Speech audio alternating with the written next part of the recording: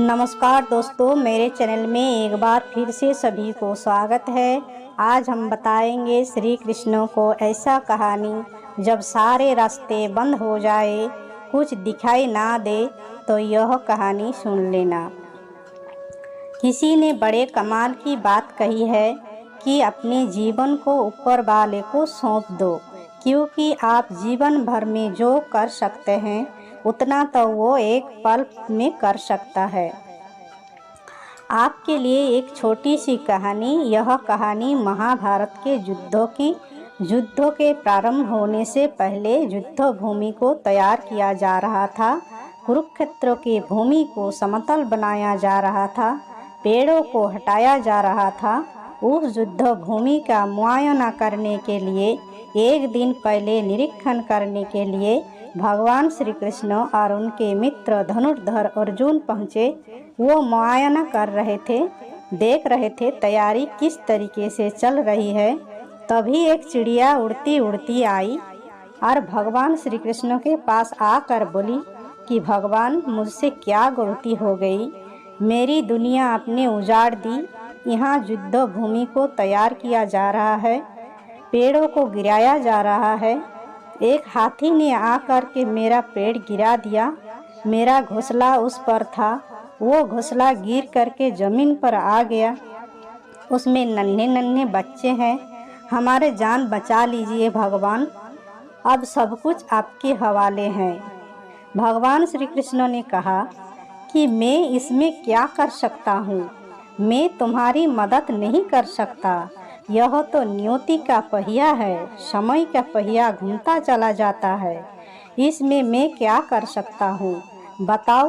वो चिड़िया रुआसी हो करके बोली कि भगवान, मुझे बस एक इजाज़त दे दीजिए। भगवान ने कहा कि बोलो, क्या पूछना है, क्या इजाज़त चाहिए? तो उस चिड़िया ने कहा कि भगवान, मैं आप पर विश्वास तो कर सकती हूँ ना? भगवान ने हाँ भरी। अगले दिन युद्ध शुरू हुआ और युद्धों की शुरुआत से पहले भगवान श्री कृष्ण ने अपने दोस्त अर्जुन से कहा, अपने मित्रों से कहा कि मुझे अपना धनुष और एक तीर दे दो, एक बाण दे दो। अर्जुन ने अपना धनुष सपने से पहले पूछा कि केशव, आपने तो प्रतिज्ञा ली थी कि आप शस्त्र नहीं उठाएंगे, क्योंकि अर्जुन की भगवान को शस्त्र क्यों उठाना पड़ रहा है? ऐसा क्या हो गया? तब भगवान श्री कृष्ण ने कहा कि उस सामने हाथी देख रहे हो, उस हाथी ने उस चिड़िया का घोंसला गिराया, उस पेड़ को नष्ट कर दिया जिस पर उस चिड़िया का घोंसला था। मुझे कुछ तो करना पड़ेगा। अर्जुन समझ गया।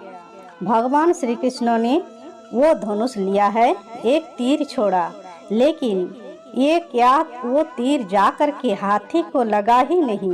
उसके गले में घंटी लटकी थी, उस पर जाकर के लगा और वो घंटी नीचे जमीन पर गिर गई।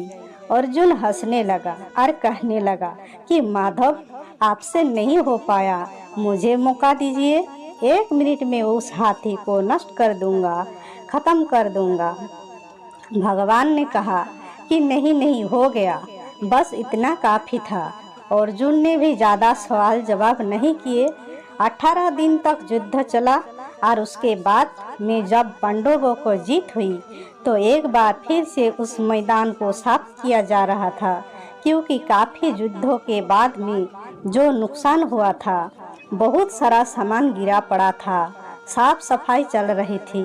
भगवान श्री कृष्ण एक बार फिर से अपने दोस्त, अपने मित्र अर्जुन के साथ में उसी भूमिका करने के लिए निकले और अर्जुन से कहा कि एक काम कीजिए, मेरे रथ से उतरिए और जाकर के नीचे वो जो घंटी रखी है उसको हटा दीजिएगा। अर्जुन चक गया कि हमने युद्ध जीत लिया है, हम इतने महान बन चुके हैं और यह मुझे एक घंटी उठाने के लिए युद्ध भूमि की साफ सफाई करने के लिए कह रहे हैं। लेकिन जानता था भगवान है, कुछ भी कह सकते हैं। रथ से नीचे उतरा, जा कर के उस घंटी को उठाया, साइड किया और जैसे ही उस घंटी को उठाया, ऐसे ही उसके नीचे से नन्हे नन्हे बच्चे चिड़िया के फड़फड़ाते हुए उड़ान भर ली। उन्होंने उड़ गए। अर्जुन की आंखें नम हो गई। उस घंटी के नीचे था वो घोंसला उस चिड़िया का जो मदद मांगने आई थी 18 दिन के युद्धों में। वो चिड़िया और उसके बच्चे सुरक्षित रहे, क्योंकि घंटी वहाँ पर उनका सुरक्षा कवच बनकर आ चुकी थी।